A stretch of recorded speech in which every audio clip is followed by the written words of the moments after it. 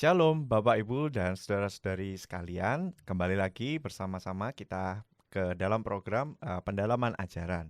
Nah, pada hari ini kita akan membahas satu topik yang cukup menarik. Hari ini kita akan membahas tentang baptisan kudus ya.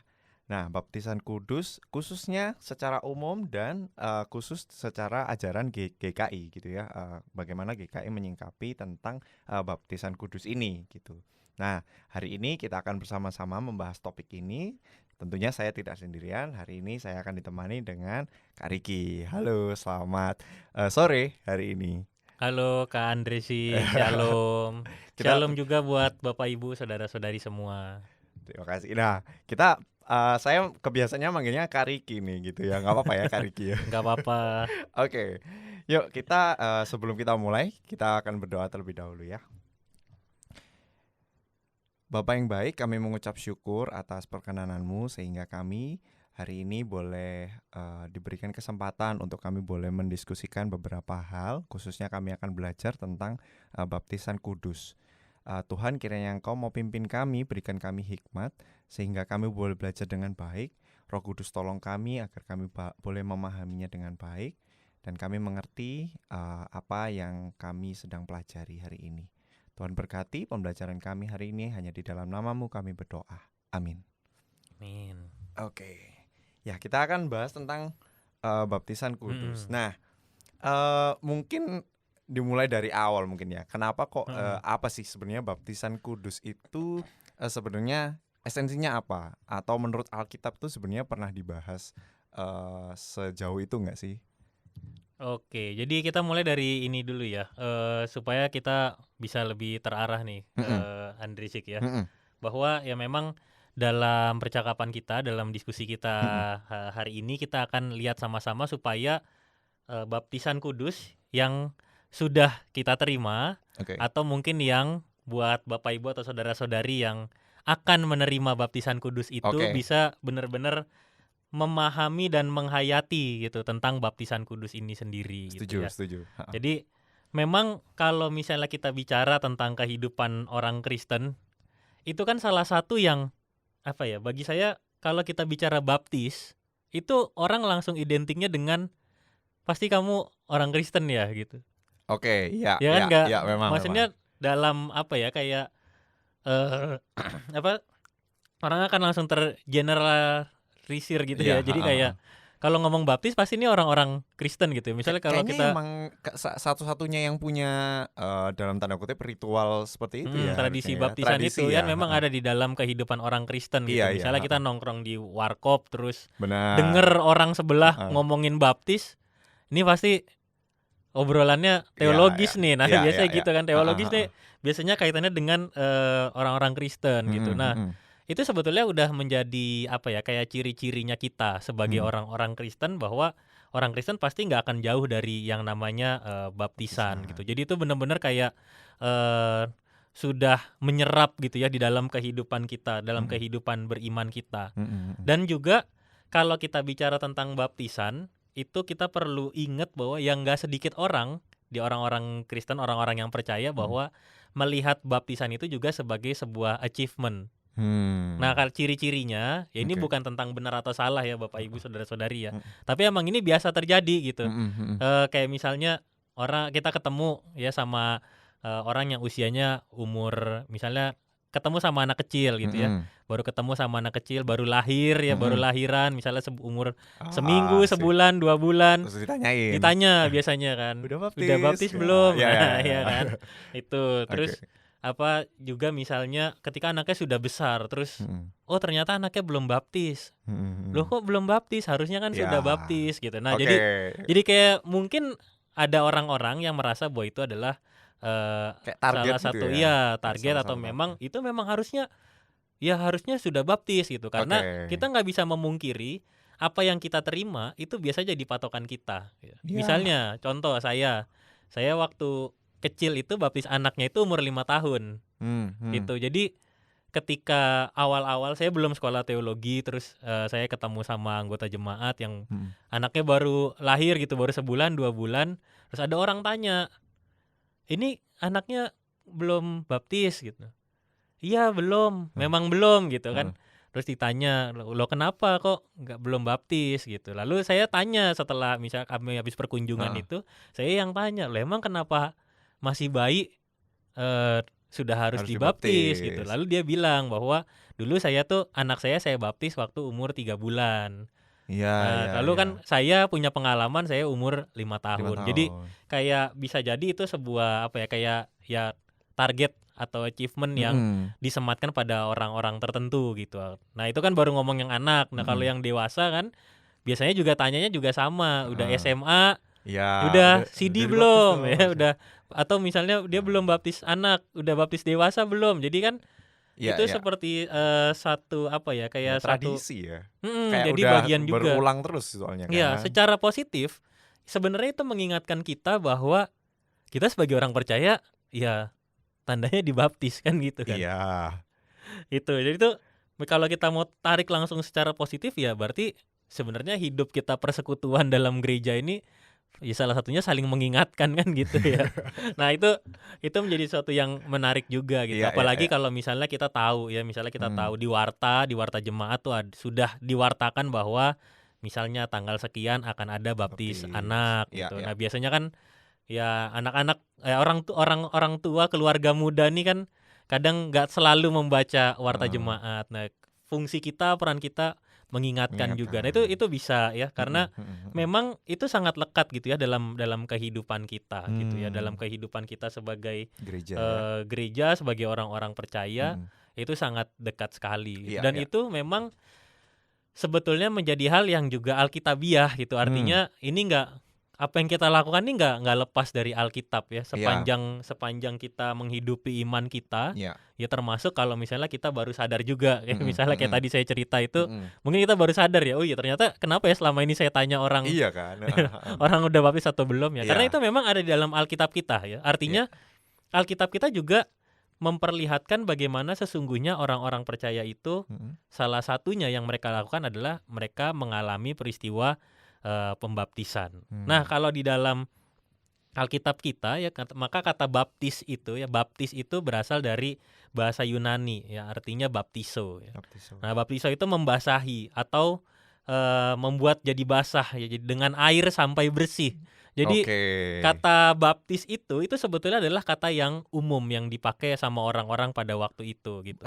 Maksudnya nggak terkait sama identitas perjalanan iman dan sebagainya maksudnya ya? Iya, nggak terkait sama itu. Jadi Oke. kata baptis itu ya kata yang umum ya. Sebenarnya saya coba cari Mhm kata-kata yang lebih apa ya, kata dasarnya bukan mhm. kata dasar ya, lebih kayak kata umumnya, Oke. ya sinonimnya Mhm. yang lebih universal tuh apa. Jadi ketika cari universal itu ya artinya mencuci. Jadi kayak ya memang Oh, kata ini biasa dipakai gitu oleh iya. orang-orang ya, mandi, lalu mencuci, yang tujuannya adalah untuk memperlihatkan bahwa sesuatu ini dibasahi sampai bersih ya, dibasahi dengan air Mmm, sampai bersih.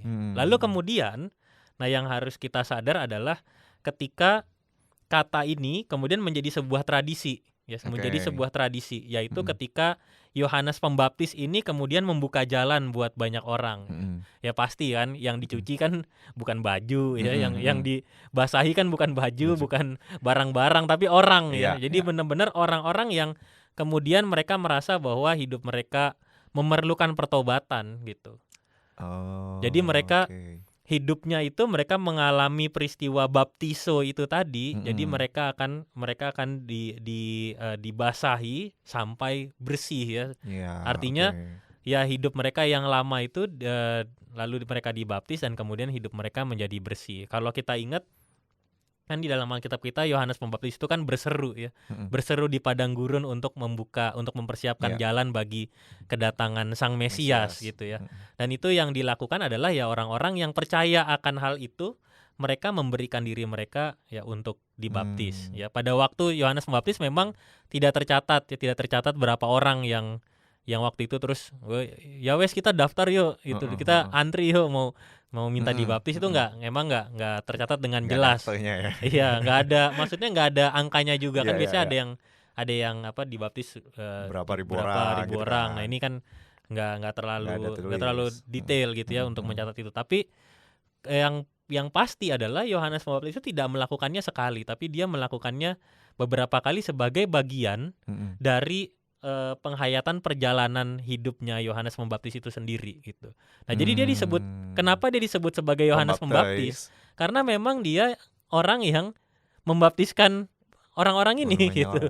Nah, dari situ kita tahu ya bahwa ini kemudian menjadi sebuah tradisi, lalu momentum baptisan itu dikaitkan dengan apa yang sudah dilakukan oleh Yesus Kristus gitu. Nah, dalam baptisannya Perjanjian Baru, salah satunya adalah sebagai lambang atau tanda dari kehidupan kita yang lama dibenamkan ke dalam kematian Kristus, supaya kita dibangkitkan oleh Kristus sebagai ciptaan yang baru gitu. Jadi bukan hanya sekadar ya basah udah kena air gitu, tapi menghayati maknanya. Ketika masuk di dalam Perjanjian Baru, maka Perjanjian Baru akan lebih sering bicara tentang makna dari baptisan itu sendiri ya. Dan makna baptisan itu kaitannya dengan dua hal, yaitu ya berkaca pada apa yang sudah dilakukan dan dialami oleh Tuhan Yesus Kristus sendiri, dan yang kedua memahami karya keselamatan Allah yang diterima oleh manusia lewat baptisan. Nah, memang yang paling menarik Andresik ya, kalau kita melihat langsung berkaca pada apa yang dialami oleh Tuhan Yesus Kristus ya. Kalau di dalam, ini saya coba bacakan buat kita semua ya. Matius 3 ayat 13 sampai 17 ini bicara tentang bagaimana waktu itu peristiwa pembaptisan Yesus. Saya bacakan ya Bapak Ibu Saudara-saudari, saya bacakan Matius 3 ayat 13 sampai 17. Maka datanglah Yesus dari Galilea ke Yordan kepada Yohanes untuk dibaptis olehnya. Tetapi Yohanes mencegah dia, katanya, "Akulah yang perlu dibaptis olehmu dan engkau yang datang kepadaku." Lalu Yesus menjawab, katanya kepadanya, "Biarlah hal itu terjadi, karena demikianlah sepatutnya kita menggenapkan seluruh kehendak Allah." Dan Yohanes pun menurutinya. Sesudah dibaptis, Yesus segera keluar dari air, dan pada waktu itu juga langit terbuka dan ia melihat Roh Allah seperti burung merpati turun ke atasnya. Lalu terdengarlah suara dari sorga yang mengatakan, "Inilah anakku yang kukasihi, kepadanyalah aku berkenan." Nah, dari sini kita melihat bahwa sesungguhnya ini tidak hanya dicatat oleh Injil Matius, tapi juga ada di Injil Markus, Lukas, juga Yohanes. Nah, di sini kita lihat sama-sama tadi yang sudah saya bacakan bahwa Yohanes Pembaptis itu punya satu peran dalam pembaptisan Yesus itu sendiri ya. Jadi Yohanes Pembaptis memanggil orang-orang untuk bertobat dan mempersiapkan jalan bagi kedatangan Mesias. Dia juga mengajak orang untuk bisa dibaptis sebagai tanda pertobatan. Nah, waktu Yesus dibaptis oleh Yohanes Pembaptis, Yohanes tuh kan terkejut dan ragu-ragu karena merasa nggak pantas buat membaptisnya. Tapi Yesus kemudian meyakinkan Yohanes bahwa hal itu harus terjadi untuk, ini saya kutip ayat 15 ya, untuk menggenapkan seluruh kehendak Allah. Nah, dari sini sebetulnya kita sadar nih Andresik ya, bahwa momen pembaptisan itu adalah momen di mana kita bisa masuk dalam yang namanya kehendak Allah gitu. Kalau kita mau pakai bahasa kita sehari-hari, Allah tuh kan punya rencana dalam kehidupan kita gitu. Nah, momen baptisan itu adalah salah satu cara untuk kita bisa memahami bahwa kita ini ada dalam rencananya Allah, ya, menggenapkan ya, berarti kan memenuhi kehendaknya Allah, memenuhi apa yang Dia sudah rencanakan di tengah kehidupan kita. Berarti kayak penghayatannya seperti menyetujui kalau kita ini hidup dalam kehendak Allah gitu. Iya, dan memang kita sudah masuk di dalam kehendak Allah itu gitu. Jadi momen baptisan itu menjadi menjadi momentum bahwa ya memang kita itu sudah masuk di dalam kehendak Allah ya, lewat pertobatan, lewat hidup baru. Nah, itu semua yang kita alami ya. Maka itu kan kemudian Yohanes akhirnya memenuhi permintaan Yesus gitu, walaupun Yohanes tahu bahwa dia merasa bahwa dia tidak layak gitu ya. Lalu kemudian Yohanes yang kemudian membaptisnya, lalu ini menunjukkan juga bahwa lewat pembaptisan ini ternyata Yesus itu adalah pribadi yang sangat taat pada kehendak Allah gitu. Taat pada kehendak Allah, lalu Yesus menyadari bahwa begitu penting untuk memenuhi segala yang sudah ditetapkan oleh Allah untuk memulai misinya sebagai Mesias. Jadi kalau kita mau sadar bahwa momen pembaptisan itu kan kemudian menjadi momen pelayanan Yesus mula-mula ya, awal-awalnya pelayanan Yesus yang dimana kita bisa membaca Yesus berjumpa dengan orang ini, orang itu dan sebagainya, dan itu kan dimulainya ketika Yesus Yesus dibaptis ya. Ini kalau boleh nambah dikit nggak ya? Kalau mau ini ya lebih serunya lagi itu sebetulnya kalau kita baca bagian berikutnya. Cuman ini kan nggak ada di bagian topik kita ya. Jadi orang sering merasa ini saya langsung bawa aja kita buat berefleksi sebentar ya. Orang sering merasa bahwa setelah baptis maka aku hidup dalam kehendak Allah, maka hidupku akan baik-baik saja semuanya gitu. Oke. Gitu ya, karena aku sudah selamat ya, betul gitu. Aku selamat. Aku dikasihi Yesus, aku dijaga oleh Yesus, dan kadang kemudian orang bersikap seolah-olah ketika baptisan itu sudah terjadi maka hidupnya akan lepas dari masalah. Ya. Tapi kalau kita mau teliti, saya coba bacakan ayat berikutnya ya. Setelah Yesus itu dibaptis, waktu Allah mengatakan inilah anakku yang kukasihi, kepadanya lah aku berkenan. Ya. Peristiwa berikutnya itu menarik. Peristiwa berikutnya adalah Yesus dibawa ke dalam pencobaan di padang gurun. Iya, langsung pencobaan ya kalau itu ya. Jadi waktu Yesus aja setelah dia dibaptis, maka dia dicobai di padang langsung gurun. Ya? Setelah baptis, ayatnya itu langsung membahas tentang pencobaan itu ya. Benar. Jadi kalau kita mau bawa ke dalam kehidupan kita, sebenarnya kita jangan kaget kalau misalnya begitu kita selesai dibaptis atau kita menyaksikan ya anak-anak atau saudara yang dibaptis, lalu kita ingat momen-momen kita dulu dibaptis gitu. Terus tiba-tiba besok Senin kan biasanya Minggu ya kan peristiwa kebaktian kan, yang ada pembaptisannya kan di Minggu. Lah Senin ada masalah gitu. Loh Yesus juga mengalaminya gitu. Jadi sebenarnya itu justru yang akan memperkuat komitmen kita. Ya percaya nggak benar sama Yesus ya. Kemarin ngomong Yesus adalah Tuhan dan Juru Selamat. Itu benar nggak hari ini berlaku dalam kehidupan kita? Jadi ketika kita justru punya pegangan itu, maka kita bisa menghadapi setiap persoalannya sama seperti Yesus. Yesus lepas dari pencobaan itu dan dia berhasil melewati setiap pencobaan itu karena dia berpegang teguh pada komitmen, pada janjinya, pada baptisannya kan gitu. Pada karya kehendak Allah yang terjadi pada kehidupannya. Dan saya rasa itu jadi bagian yang baik juga ketika kita memahami tentang baptisan yang sudah kita terima ya, atau yang biasa selama ini kita lihat yang dialami oleh saudara-saudari kita.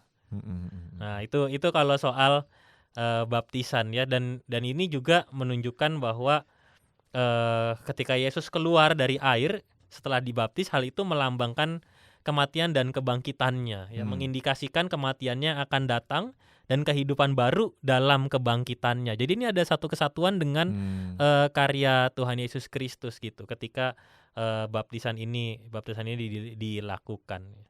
Dan maka itu kenapa kita perlu melihat pada kisah pembaptisan Yesus, karena disitulah sebetulnya momen kehadiran Trinitas ya, kehadiran Trinitas ya, Allah Bapa, Putra dan Roh Kudus itu ada di dalam momen yang pembaptisan momen yang sama gitu. Dan yang paling penting adalah ketika kita tahu bahwa Allah itu menyebut inilah anakku yang kukasihi, kepadanya lah aku berkenan. Itu kan udah seperti kita dikonfirmasi bahwa ya Yesus itu adalah Tuhan dan Juru Selamat ya, berkenannya kepada Yesus. Dan itulah kemudian momen baptisan itu menjadi satu hal yang terus-menerus gitu ya, terus-menerus dilakukan oleh para murid sejak masa itu gitu ya. Kalau kita mau melihat di Matius 28 ayat 19 ya,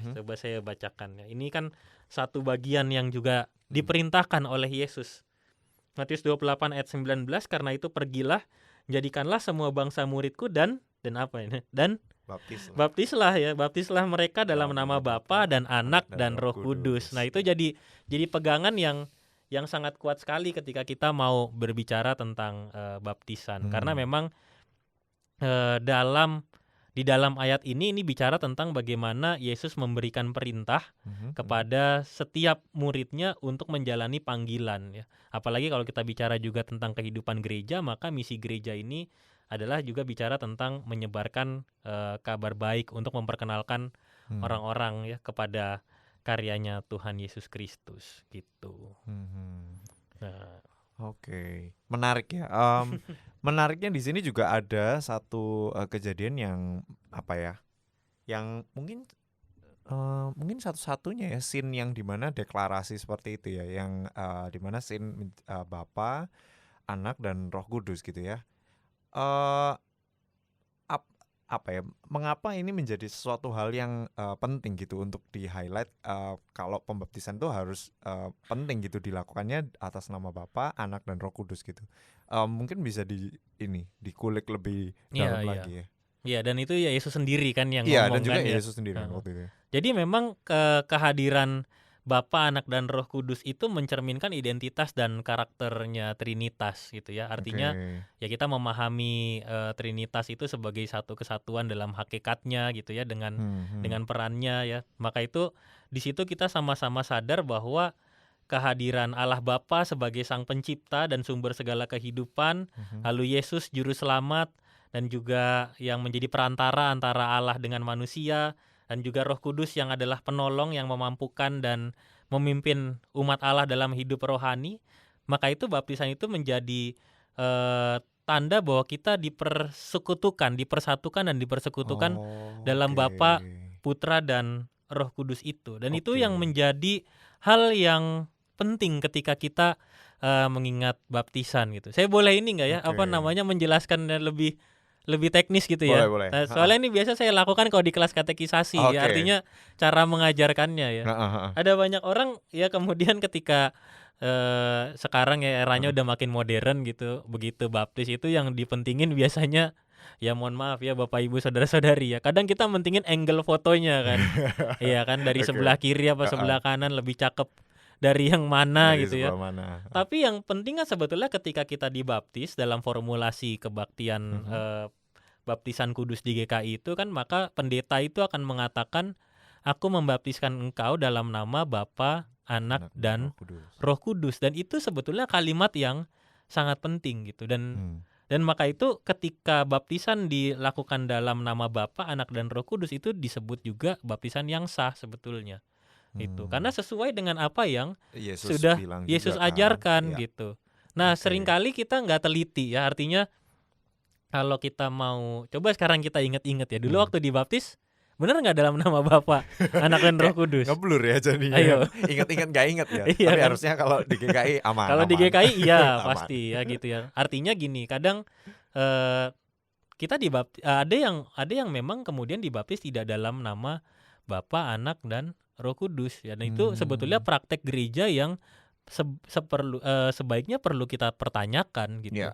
Karena memang baptisan hanya di dalam nama Bapa, Anak dan Roh Kudus. Dan itu yang justru menjadi jaminan bahwa kita adalah orang-orang yang sudah diselamatkan gitu ya. Yang tadi dipersatukan dalam komunitas ini ya. Dipersatukan dengan dengan Allah Bapa, Putra dan Roh Kudus itu gitu ya. Jadi dari situ kita juga sadar bahwa sebenarnya kita mendapatkan ketegasan bahwa baptisan dalam kehidupan Kristen itu pasti akan melibatkan Bapa, Anak dan Roh Kudus. Karena itu yang memang kita hidupi kan di dalam kehidupan kita setiap hari ya. Iman kita bertumbuh karena kita tahu bahwa kita selalu disertai oleh Allah Bapa, Putra dan Roh Kudus. Lalu kita memahaminya, lalu kita membaca firman Tuhan juga tentang kaitannya tentang karya-karya Allah Bapa, Putra dan Roh Kudus, sehingga sebetulnya ini jadi satu kesatuan yang utuh gitu, yang valid gitu ya. Artinya ya memang baptisan itu memang harus dilakukan dalam nama Bapa, Anak dan Roh Kudus gitu. Oke, mungkin ini agak sedikit pertanyaan yang mungkin bisa membantu kita untuk memahami dan juga menghayati tentang baptisan ini.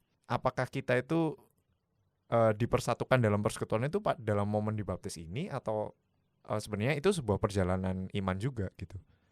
Iya, jadi sesungguhnya kalau kita mau tarik balik nih berarti ya, tarik ke belakang sedikit, maka yang perlu kita sadar adalah Tuhan yang memanggil kita, gitu ya. Jadi artinya ya Tuhan memperkenankan kita untuk mengalami hidup dalam anugerah keselamatan. Jadi kerangka yang paling luasnya kan itu. Gitu.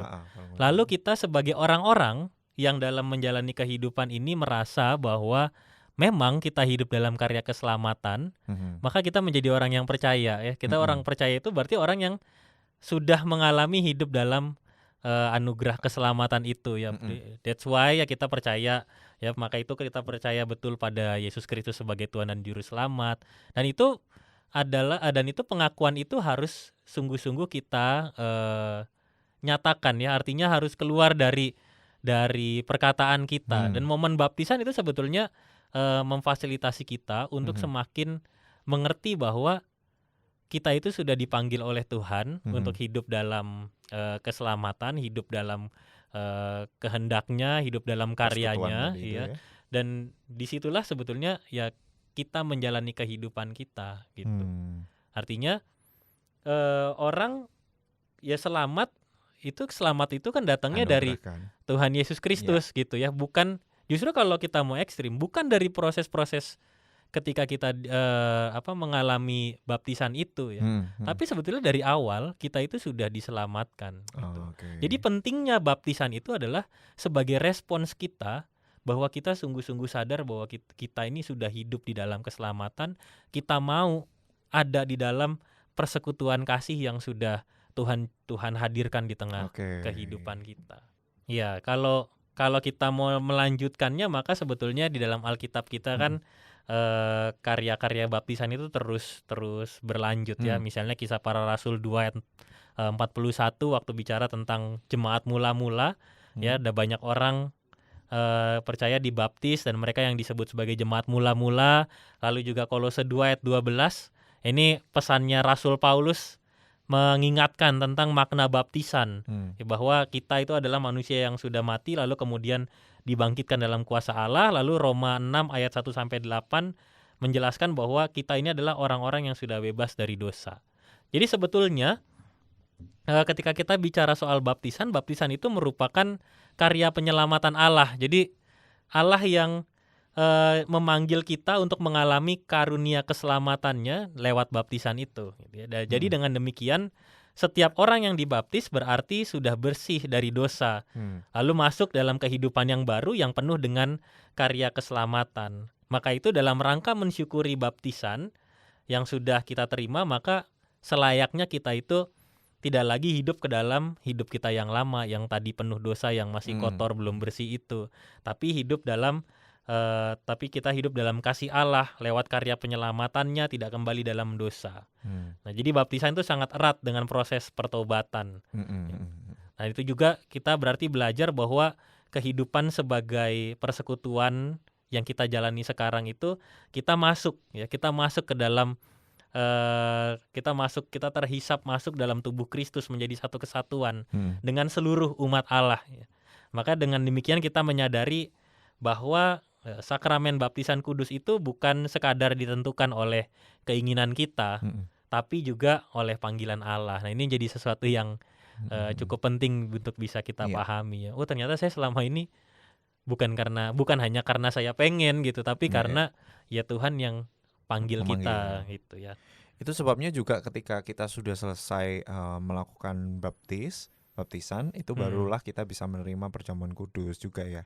Ini erat kaitannya dengan itu ya. Ya, ketika kita sudah menjadi anggota CD ya, artinya sudah baptis dewasa atau mengaku percaya ya. Jadi ketika kita sudah menjadi anggota CD, maka kita menerima perjamuan kudus ya. Karena kita tadi itu ya terhisap ke dalam tubuh Kristus sebagai umat Allah itu tadi ya. Betul.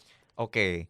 Nah, ini pertanyaan yang mungkin kita bisa belajar bersama-sama di bulan ini gitu ya. Kita akan belajar bersama-sama tentang baptisan kudus menurut GKI gitu ya, atau pandangan GKI mengenai sebuah baptisan itu seperti apa. Karena seperti yang kita tahu juga beragam sekali gitu ya, variasi baptisan, denominasi gereja juga berbeda-beda. Setiap gereja punya tata caranya masing-masing gitu ya. Mungkin kita bisa bahas bersama-sama ya satu persatu pandangan-pandangan GKI mengenai baptisan-baptisan yang ada ini gitu.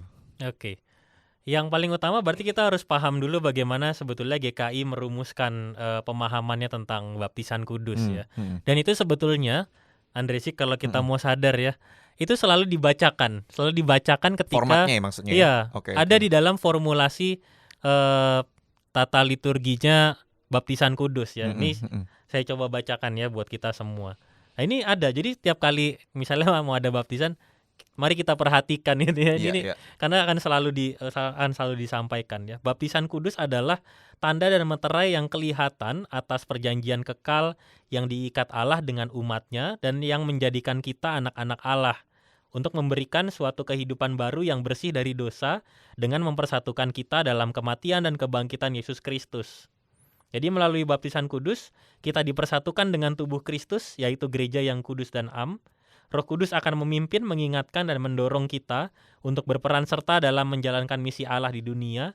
Roh Kudus jugalah yang akan terus-menerus membarui kita hingga kelak dengan tidak bercacat celah kita menghadap Tuhan dan dipersatukan dengan jemaat Yesus Kristus dalam hidup yang kekal. Ya. Artinya GKI mau berbicara bahwa ketika kita memahami baptisan kudus, ini adalah tanda dan meterai yang kelihatan atas perjanjian yang kekal. Artinya perjanjian ini nggak sementara, tapi ya berlaku selamanya. Bahkan kalau dari definisi yang tadi, dari cara kita memahami sesuai yang pegangannya GKI, maka itu berarti bukan hanya sekarang, tapi sampai nanti ya, sampai bagaimana kita kemudian menghadap Tuhan dan dipersatukan gitu.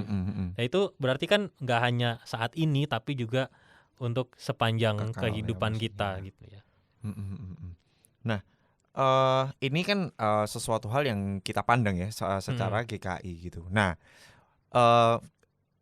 karena ya itu tadi ya, karena denominasi gereja itu banyak sekali, tradisinya juga banyak sekali. Jadi muncul kan beberapa kayak penghayatan baptis yang bentuknya itu berbagai macam gitu kan ya. Nah, mungkin kita bisa bahas bersama-sama ya, Bapak Ibu serta saudara-saudara sekalian, bentuk-bentuk baptisan yang sekarang ini tuh hadir gitu ya di tengah-tengah masyarakat ini gitu ya. Mungkin ada beberapa contoh baptisan gitu ya yang kita bisa bahas bersama gitu. Contohnya mungkin kayak baptisan roh gitu ya. Itu yang kan banyak juga disebutkan gitu ya.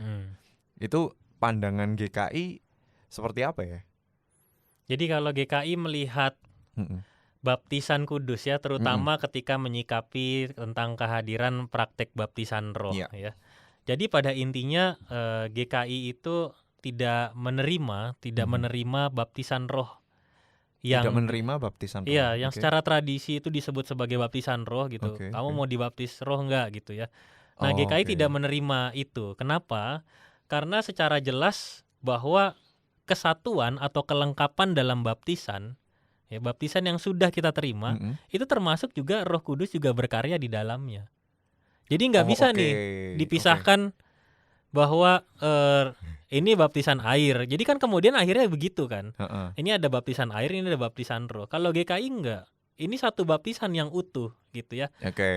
Jadi artinya ketika kita dibaptis, maka sebetulnya baptisan itu juga sudah satu paket yang lengkap. Itu kan kenapa kita dibaptisnya dalam nama Bapa, Anak dan Roh Kudus. Gitu. Jadi sudah jadi satu. Jadi gitu satu kan. gitu ya.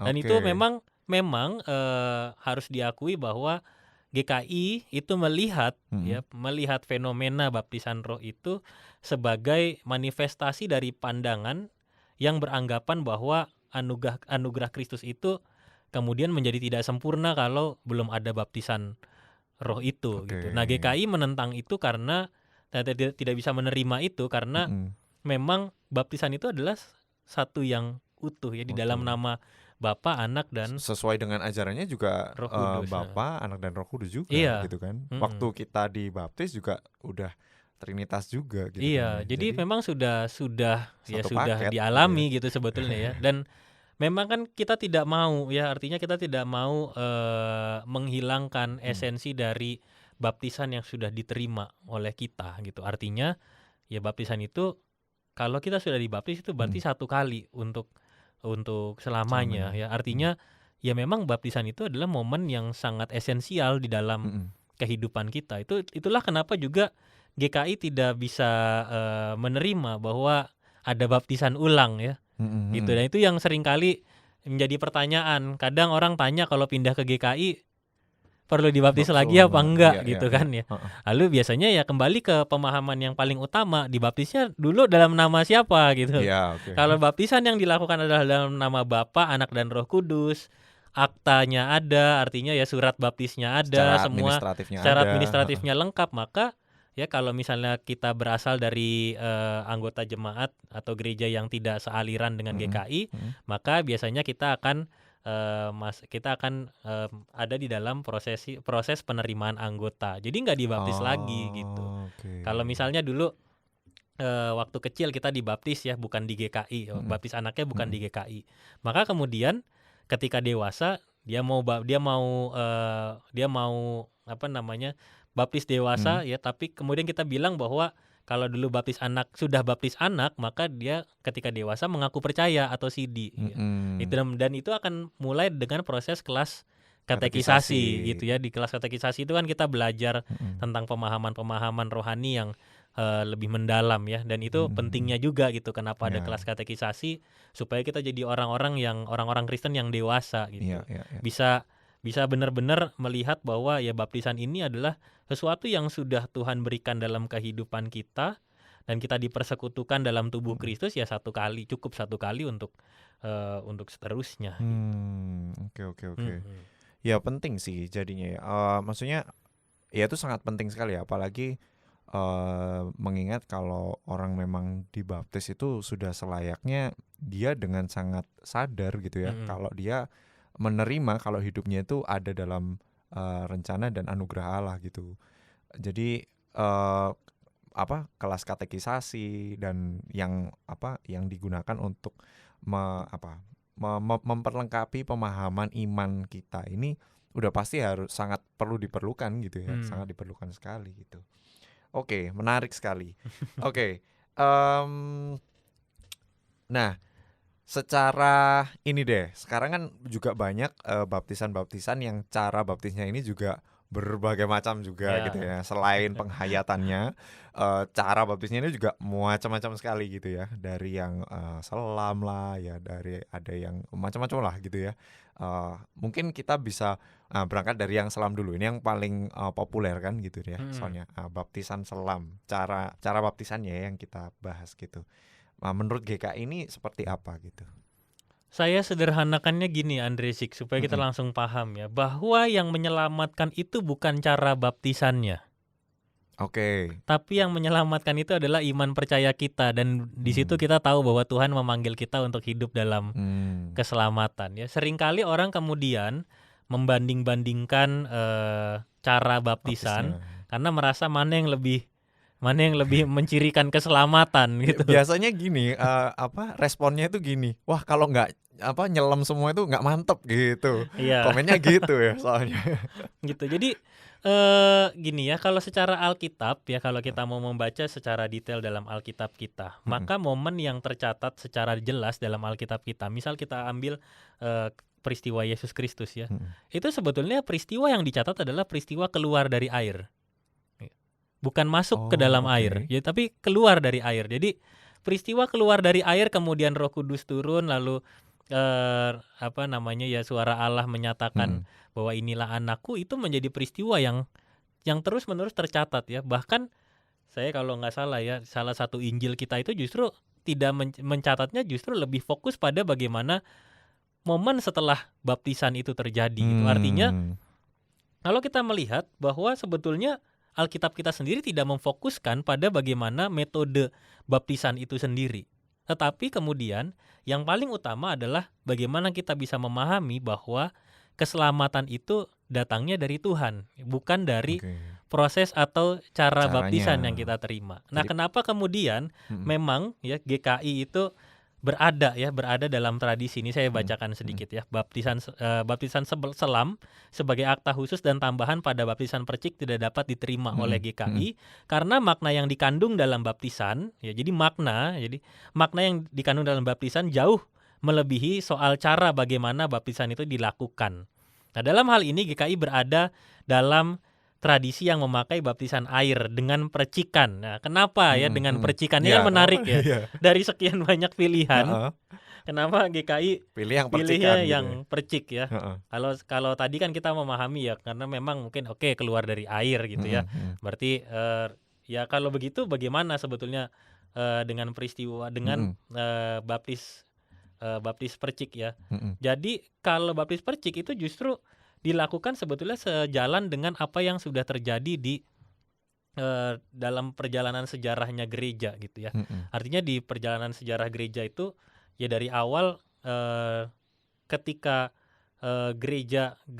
gereja mula-mula, maka mereka salah satu pegangannya disebutnya sebagai kitab Didache atau kitab pengajarannya 12 rasul. Ya, itu mencatat bahwa baptisan itu lagi-lagi tidak mencatat bagaimana metode yang paling utama, tetapi yang paling utama dalam nama Bapa, Putra, dan Roh Kudus ya. Tapi yang menarik itu di dalam kitab Didache itu yang dipegang pada orang-orang pada waktu itu menuliskan bahwa kalau kamu tidak punya semua air, maksudnya tidak ada sumber air yang ada di dekatmu, maka curahkanlah air itu 3 kali gitu dalam nama Bapa, Anak, dan Roh Kudus. Jadi mereka mencatat, para rasul itu mencatat bagaimana mereka bisa membaptis orang-orang ya. Lalu kemudian dalam perjalanan sejarah ditemukan beberapa daerah di mana memang air itu sangat sulit didapatkan gitu ya. Akhirnya gimana caranya supaya orang ini bisa dibaptis gitu. Maka simbol air itu yang dipakai. Jadi air dipercik itu pada daerah-daerah yang tandus itu lebih baik dipakai buat yang lain daripada buat baptis untuk membasahi seluruh badan ya. Waktu apalagi ini kalau kita ikutin sejarahnya tahun 380 Masehi itu ada dekret Theodosius namanya. Itu waktu itu agama kekaisaran Romawi itu diubah jadi agama Kristen. Jadi kan satu wilayah kan kalau orang-orang Romawi waktu itu kan ikutin apa yang dikatakan kaisar kan gitu. Kaisarnya percaya sama Yesus, semua harus percaya sama Yesus dan mereka semua harus dibaptis. Sungainya nggak mungkin buat membaptis mereka semua gitu. Akhirnya kemudian tidak dilakukan di sungai dan mereka satu persatu itu dipercik gitu. Jadi ini kalau kita ikutin sejarahnya ya, tapi kan kita hidupnya di kondisi era sekarang nih. Nah, kalau sekarang maka kita bisa memahami bahwa ketika kita mengalami proses baptisan itu ya, kenapa percik itu ya. Ini juga jadi salah satu metode yang cukup aman atau cukup universal dan bisa dilakukan, bisa diterima oleh banyak orang. Misal ya, kalau orang sakit dia minta dibaptis gitu. Dia pengen dibaptis tapi dalam kondisi sakit biasanya nggak bisa dia untuk masuk atau menyelam ke dalam air. Malah akan mengganggu kondisi tubuhnya lagi kan gitu. Tapi percik itu menjadi metode yang aman. Jadi kita mencari metode yang paling universal gitu, yang bisa diterima di segala kondisi, bisa diterima oleh banyak orang dan tentu yang paling utama adalah dalam nama Bapa, Anak, dan Roh Kudus. Jadi, itu yang menjadi intinya. Sebenarnya berarti dari caranya sendiri ajaran GKI itu tidak mempermasalahkan ininya gitu ya, secara cara baptisan itu kita tidak menghayati di arah situnya, tapi sebenarnya baptisan itu lebih ke penghayatannya itu tadi kan ya, dalam nama Bapa, Anak, dan Roh Kudus gitu. Jadi kalau kita mau simpulkan, yang diperiksa itu bukan metodenya, tapi yang diperiksa itu tentang pemaknaan atau penghayatan terhadap baptisan yang sudah kita terima. Oke. Nah, itu lebih make sense tuh ya, jadinya clear gitu bedanya ya.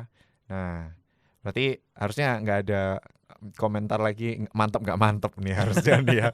Kalau mantap nggak mantap berarti penghayatannya yang kurang Iya, mantap kita gitu harus ya. lihat lagi penghayatan kita ya, Iya, dan iya, semoga ya kita bisa tercerahkan ya lewat iya, iya, diskusi kita iya, iya. kali ini gitu. Oke, oke. Nah, ada beberapa orang juga nih yang waktu Mm-mm. lalu juga sempat lumayan sering ya didiskusikan juga. Ada beberapa orang yang dalam komunitasnya atau bahkan itu dalam ya persekutuan yang tanpa organisasi gereja nih ya ceritanya ya, itu melakukan pembaptisan gitu kan ya. Hmm. M- aku juga kurang paham nih pembaptisannya itu disebut pembaptisan apa tuh yang bisa dilakukan sama kelompok-kelompok yang bukan gereja ya. Nah, itu gimana menurut GKI sendiri gitu? Karena mungkin beberapa jemaat kita juga pernah ya harusnya beririsan dengan kelompok-kelompok yang seperti itu gitu. Oke, jadi baptisan-baptisan ini kalau di Mm-mm. GKI ya disebut sebagai baptisan liar yang dilakukan oleh pribadi atau kelompok yang bukan gereja. Oke. Itu ya. Jadi itu tidak dapat dibenarkan oleh GKI. Karena baptisan itu kita harus ingat nih kan judulnya kan Sakramen Baptisan Kudus ya. Oke, ya ada Nah, sakramen ya di iya ada situ ya. sakramen. Mm-mm. Sakramen itu kan artinya kan sakral ya, suci, Mm-mm. kudus ya. Mm-mm. Itu berarti GKI itu selalu memberikan tempat pada sakramen-sakramen itu dilakukan oleh pendeta gitu. Oke. Nah, kenapa yang melakukan adalah pendeta? Hmm. Kenapa itu dilakukan oleh pendeta gitu ya? Hmm. Karena pendeta adalah orang yang diberi kepercayaan berjabatan secara khusus, berjabatan gerejawi yang juga dipercaya oleh yang dipercaya oleh Tuhan dan jemaatnya Umat ya. untuk mewartakan tentang Yesus Kristus Ya, gitu. ya. Artinya kita bicara soal tanggung jawab ya. Oke. Kalau misalnya seperti yang tadi Andri katakan ya, bahwa mungkin ada momen-momen baptisan di luar gereja dan sebagainya. Kita bicara soal tanggung jawab terhadap baptisan yang sudah kita terima atau yang mungkin pada saat itu di rombongan itu ada orang yang belum dibaptis gitu ya. Ada orang yang belum dibaptis. Jadi bagaimana kita belajar untuk sama-sama mempertanggungjawabkan baptisan yang kita terima gitu. Nah, GKI sangat menjaga itu gitu karena kita tahu ya bahwa sebagai GKI kita juga harus menjaga karya anugerah keselamatan yang Tuhan hadirkan buat setiap orang gitu. Jadi ketika kita berjumpa dengan momen-momen baptisan yang seperti itu, maka di GKI sendiri itu tidak disebut sebagai sebuah sakramen gitu. Karena tidak dilakukan oleh pendeta, tidak dilakukan di hadapan Tuhan dan jemaatnya gitu. Kalau GKI kan rumusannya selalu gitu kan, Tuhan dan jemaatnya. Kenapa gitu? Karena kita sadar bahwa persekutuan kita itu hidup bukan hanya karena hubungan kita dengan Tuhan, tapi hubungan kita dengan sesama gitu. Nah, itulah kenapa baptisan itu dilakukan di kebaktian minggu gitu. Kebaktian yang sifatnya umum supaya semua orang nih kita tahu ya. Kalau misalnya Andrezik kalau Andrezik inget, maka biasanya habis baptis, mau yang baptis anak, baptis dewasa apa sidi, kan semua berbalik badan ya. Membalik badan menghadap ke umat gitu ya, menghadap ke umat yang datang. Kenapa? Karena itu mau menunjukkan bahwa kita ini dalam satu persekutuan saling merawat, saling menjaga gitu. Jadi poinnya ada di situ gitu. Bagaimana GKI berusaha untuk menjaga keselarasan antara baptisan yang diterima oleh seseorang dengan karya kehidupan selanjutnya gitu. Jadi nggak hanya berhenti ketika aku sudah dibaptis, enggak, tapi justru ini jadi tanggung jawab kita bareng-bareng, tanggung jawab kita sama-sama gitu. I see. Oke. Ya, soalnya beberapa kali ada kasus-kasus seperti itu gitu. Dan sekarang kita mengerti gitu ya kalau itu sebenarnya bisa di GKI menentang karena ada bentuk pertanggungjawaban, hidup dalam komunitas dan sebagainya gitu ya. Itu yang menjadi faktor pembedanya gitu ya sama GKI gitu. Ya, kalau misalnya kita mau lihat lebih lengkap lagi, maka GKI juga menuliskan ya. Karena GKI atau kami ya tahu ya bahwa memang kadang ya ketika kita bicara soal rasa, kadang ada rasa nggak puas ya dengan proses yang mungkin sudah kita terima lewat baptisan. Maka GKI itu juga mencatat jika atau bahwa terdapat kekurangan dan ketidaksempurnaan dalam pelayanan gereja, hal itu tidak dapat disempurnakan oleh manusia dalam kelompok manapun di luar gereja. Oh, Namun oke. akan disempurnakan oleh Tuhan. Jadi yang menyempurnakan ya Tuhan sendiri ya, yang telah memelihara gerejanya berabad-abad, dan Tuhan Yesus Kristus kepala gereja itu tetap tidak berubah baik kemarin maupun hari ini dan sampai selama-lamanya. Oke. Jadi itu bisa dihayati lebih lagi kalau ini bukan karya manusia gitu kan ya. Ini adalah sebuah karya Allah yang memanggil kita gitu ya. Betul. Oke. Gimana penghayatannya tentang baptisan anak itu menurut ajaran GKI gitu? Mungkin bisa diperdalam juga. Soalnya kan ya kalau aku melihat juga sebenarnya baptisan ini juga harusnya dilakukan menurut orang itu sendiri gitu. Maksudnya kepercayaannya orang itu sendiri gitu kan. Nah, gimana tentang baptisan anak ini? Tentang baptisan anak ini kan berarti orang yang dibaptis nih, yaitu anak-anak ini kan belum bisa memahami atau menghayati tentang hal itu gitu. Oke. Jadi baptisan anak itu pasti akan selalu melibatkan orang tua atau wali. Jadi ya ini untuk sekaligus ya menjaga bahwa ya mungkin orang tuanya tidak siap untuk membaptiskan anaknya, atau dalam kata lain misal ya emang orang tuanya sudah dipanggil oleh Tuhan dan sebagainya gitu ya. Kalau di GKI diberi batas ya sebelum usia 15 tahun. Maka setiap orang yang mau dibaptis dia akan menerima yang namanya baptisan anak, dan itu memang dilakukan atau diwakilkan oleh orang tuanya. Artinya pernyataan imannya itu adalah pernyataan iman yang diucapkan bukan oleh dirinya sendiri tetapi oleh orang tuanya, supaya orang tua atau wali itu menjaga kehidupan iman anak-anaknya. Oh gitu. Iya, jadi yang dibaptis siapanya? Yang dibaptis tentu anaknya gitu ya. Ketika anaknya dibaptis, maka kita sadar bahwa anak ini sudah hidup dalam hidup yang baru, hidup dalam karya keselamatan Allah. Maka itu orang tua itu perlu menjaga anak-anaknya. Oke.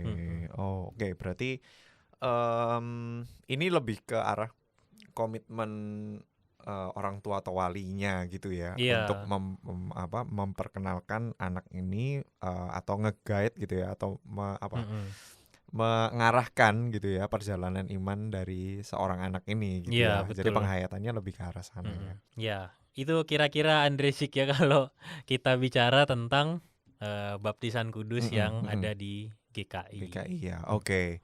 Jadi kita lumayan banyak hal yang kita, dan ini mungkin beberapa hal ini yang sering bersinggungan sama jemaat kita gitu ya.